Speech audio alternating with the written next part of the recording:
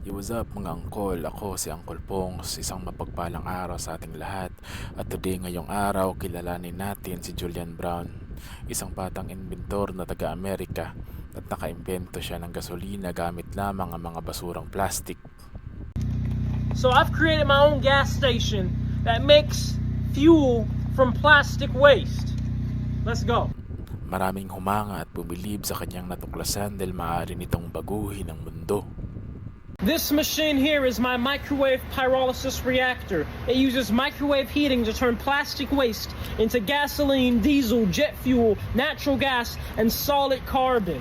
This is the first ever oil birthed from this Mark 4.5 plastic into fuel reactor. But let's see, is this oil from plastic waste really fuel? Come with me.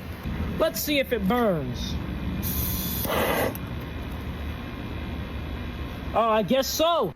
Tunay ngang nakakamangha ang kanyang natuklasan, ngunit sa kabila nitong lahat ay nanganib daw ang kanyang buhay. I know that I'm not gonna live long. And that's why I put every day, every hour, every minute into building, into growing. At ngayon may kumakalat na balita na ilang linggo nang nawawala si Julian Brown.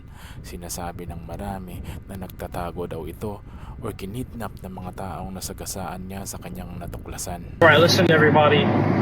I can't go into too much detail, but there is some very, very odd stuff going on. I'm certainly under attack. Yan ang huling video ni Julian Brown sa kanyang TikTok account at hanggang ngayon na hindi pa din daw nila alam kung nasaan ang batang inventor.